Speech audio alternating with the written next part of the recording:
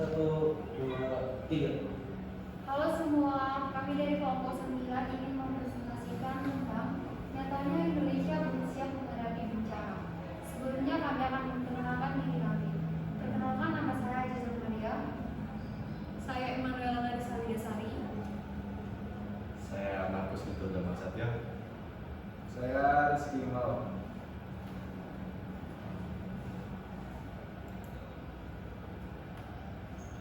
Bencana memiliki pengertian sebagai peristiwa yang dapat mengancam dan mengganggu berbagai aspek kehidupan.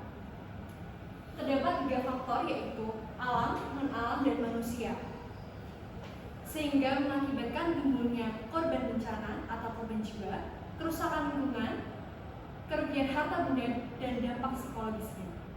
Faktor alam. Indonesia berada pada garis khatulistiwa dan berada pada pertemuan 4 lempeng, yaitu lempeng Eurasia, Indo-Australia, dan lempeng Pasifik, serta 1 lempeng mikro, yaitu lempeng Laut Filipina. Pada garis khatulistiwa menyebabkan Indonesia memiliki 2 iklim, yaitu iklim kemarau dan iklim penghujan. Jadi tidak mengherankan bahwa Indonesia disebut sebagai daerah yang rawan terhadap bencana alam. Faktor lainnya yaitu adalah faktor non-alam dan faktor akibat ulah manusia.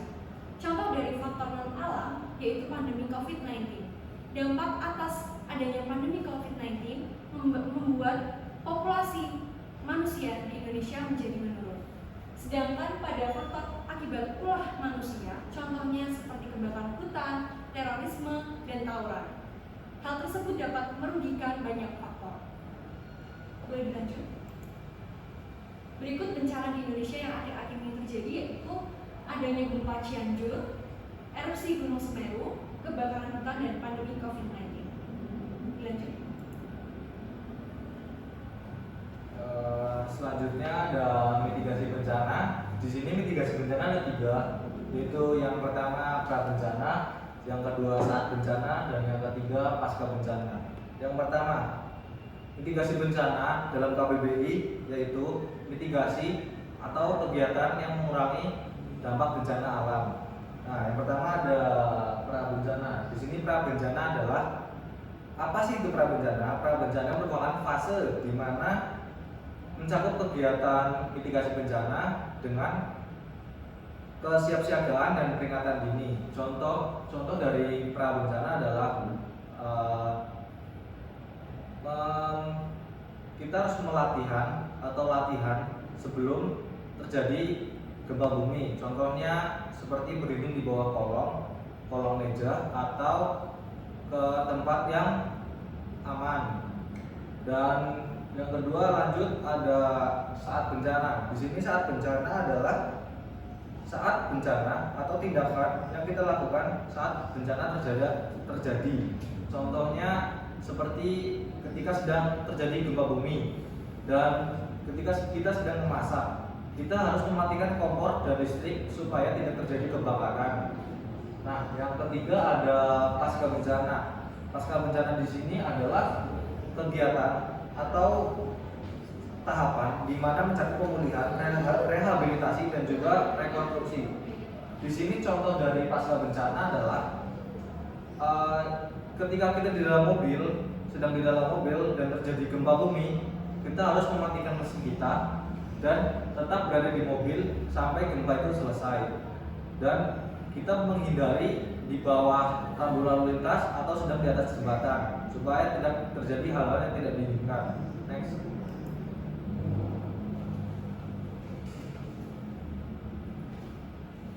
Strategi pemerintah agar mitigasi bencana dapat terkoordinir dengan baik. 1. Pemetaan, 2. Pemantauan, 3. Penyebaran informasi, 4. Peringatan dini. 1. Pemetaan. Pemetaan dilakukan untuk menentukan pelaksanaan antisipasi bencana dan kerawanan di suatu wilayah. Pemetaan dalam tata ruang juga diperlukan agar tidak memicu gejala bencana. Namun sayangnya di Indonesia pemetaan dan tata ruang belum terintegrasi dengan baik karena memang belum seluruh wilayahnya dipetakan. 2. Pemantauan.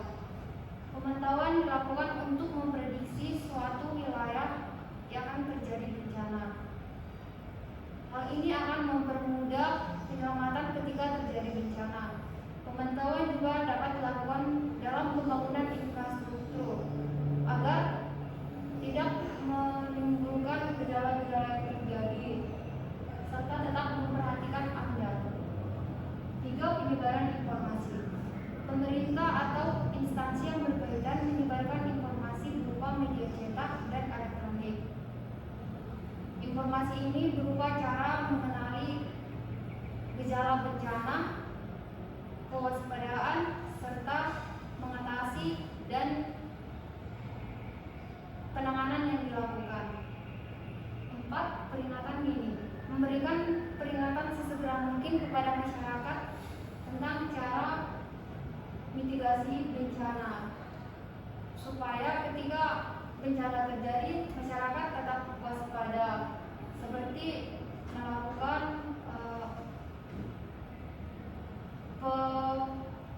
pemindahan jalan, aliran jalan, terus prasarana lainnya dengan prasarana.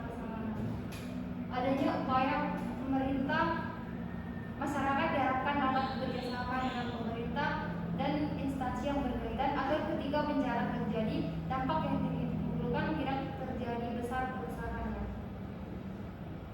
Next. Nah, selanjutnya apa sih yang bisa kita lakukan? Untuk persiapan akan bencana, Yang pertama adalah memiliki rencana darurat untuk keluarga. rencana darurat di sini mencakup identifikasi titik kumpul, lalu memiliki kontak penting seperti keluarga atau instansi yang berkepentingan, lalu mengetahui rute evakuasi jika terjadi bencana, dan juga identifikasi anggota keluarga yang rentan seperti anak-anak, ibu hamil, lansia, dan juga penyandang disabilitas. Yang kedua adalah memahami bahaya di sekitar kita. Misal, jika di sekitar rumah kita terdapat banyak pohon besar, ketika badai kita harus selalu siap akan tumbangnya pohon. Lalu misal ketika misal rumah kita berada di sekitar pegunungan, maka kita harus siap siaga akan terjadinya longsor. Dan yang terakhir adalah ketika misal rumah kita berada di sekitar gunung berapi dan terjadi erupsi, maka kita harus siap siaga agar tidak adanya korban. Lalu nomor 3 adalah menyimak informasi dari berbagai media. Menyimak informasi dari berbagai media di sini dimaksudkan agar kita selalu update akan informasi yang diberikan oleh pihak berwenang dan terhadap posko-posko yang telah didirikan oleh pihak berwenang tersebut. Nah, nomor 4 adalah tas siaga bencana. Tas siaga bencana ini adalah tas khusus yang dirancang agar tahan terhadap berbagai kondisi, misalnya anti air. Dan tas ini adalah pertolongan pertama kita saat bantuan dari pihak berwenang belum datang. Dan tas ini juga harus bisa bertahan selama 3 hari sebagai penunjang kehidupan. Yang kelima adalah Inisiatif mengambil tindakan. Tindakan di sini yang dimaksud adalah untuk menyelamatkan sesama kita agar tidak adanya korban berlebih.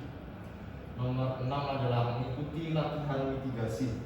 Latihan di sini difungsikan atau ditujukan agar pengetahuan kita akan mitigasi bencana semakin bertambah dan kita bisa ikut berpartisipasi untuk mengurangi korban. Oke, selanjutnya Dan kesimpulannya adalah masih banyak masyarakat yang belum menyadari pentingnya adanya mitigasi bencana tersebut. Seperti yang sudah disampaikan sebelumnya, permasalahan